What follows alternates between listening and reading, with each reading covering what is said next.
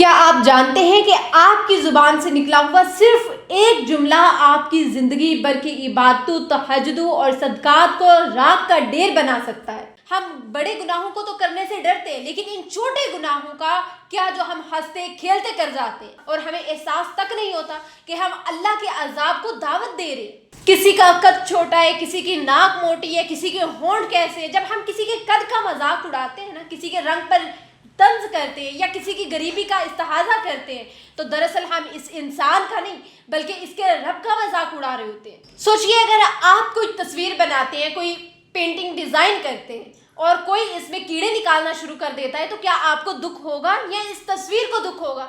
جب ہم کسی کی صورت پر تبصرہ کرتے ہیں تو ہم اللہ کی کاریگری پر اعتراض کر رہے ہوتے ہیں، ہم اللہ کی تخلیق پر انگلیاں اٹھا رہے ہوتے ہیں۔ قرآن کہتا ہے ہم نے انسان کو بہترین ساخت پر پیدا کیا، پھر ہم لوگ کون ہوتے ہیں اسے موٹا بونا کالا کہنے والے؟ شیطان کا سب سے بڑا وار یہ نہیں ہے کہ وہ آپ سے قتل کروا دے، بلکہ یہ ہے کہ وہ آپ کے گناہ کو آپ کی نظر میں معمولی بنا دے۔ جب ہم کسی کا دل دکھا کر کہتے ہیں کہ میں نے تو صرف مذاق کیا تھا، تو یہی وہ لمحہ ہے جب ہم شیطان کی دلدل میں پہلا قدم رکھتے ہیں۔ چھوٹے گناہ ان چنگاریوں کی طرح ہیں جو دیکھنے میں تو چھوٹے سے لگتے ہیں لیکن پورے جنگل کو جلا کر راکھ کر دیتے ہیں۔ توبہ میں بالکل نہ دیر کرے، اس سے پہلے کہ گناہوں کی یہ دلدل آپ کو نکلے اور آپ کو واپسی کا راستہ نہ ملے۔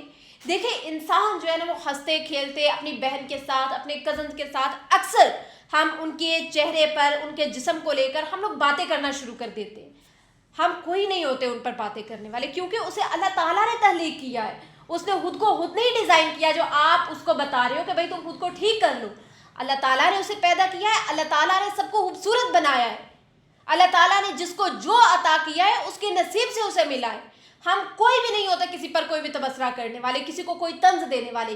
امیری غریبی اللہ کے ہاتھ میں ہے، اگر اللہ نے اسے غریب رکھا ہے تو یہ اللہ کا فیصلہ ہے، اس پہ کسی کا کوئی زور نہیں ہے، چاہے آپ کتنی مرضی ہی محنت کیوں نہ کر لیں، آپ کے نصیب کا آپ کو ملے گا۔ اگر آپ اس چیز پر غرور کرتے ہیں، تکبر کرتے ہیں کہ بھائی میرے پاس زیادہ ہے، میں امیر ہوں، تو اللہ آپ سے چھین کر اسے نواز سکتا ہے۔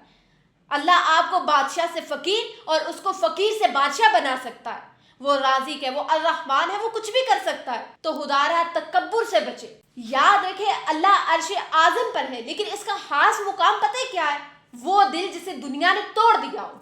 جب آپ کسی کو حقارت سے دیکھتے ہیں تو کسی کے سلام کا جواب تکبر سے نہیں دیتے، یا کسی کے مجبوری کا مذاق اڑاتے تو آپ اس مقام پر ضرب لگاتے ہیں جہاں اللہ بستا ہے۔ کسی کو رلانے سے پہلے سوچ لیں، اگر اس نے رات کے اندھیرے میں اپنا معاملہ صرف اللہ پر چھوڑ دیا تو آپ کی ساری نیکیاں ایک آہ کا بوجھ نہیں اٹھا پائیں گے۔ ہم لوگ سمجھتے ہیں کہ ہم بڑے دیندار ہیں، لیکن اگر ہمارے اندر اتنا تکبر ہے کہ ہم کسی غریب کے سلام کا جواب دینا اپنی شان کے خلاف سمجھتے ہیں تو ہمیں اپنے ایمان کی فکر کرنی ہوگی۔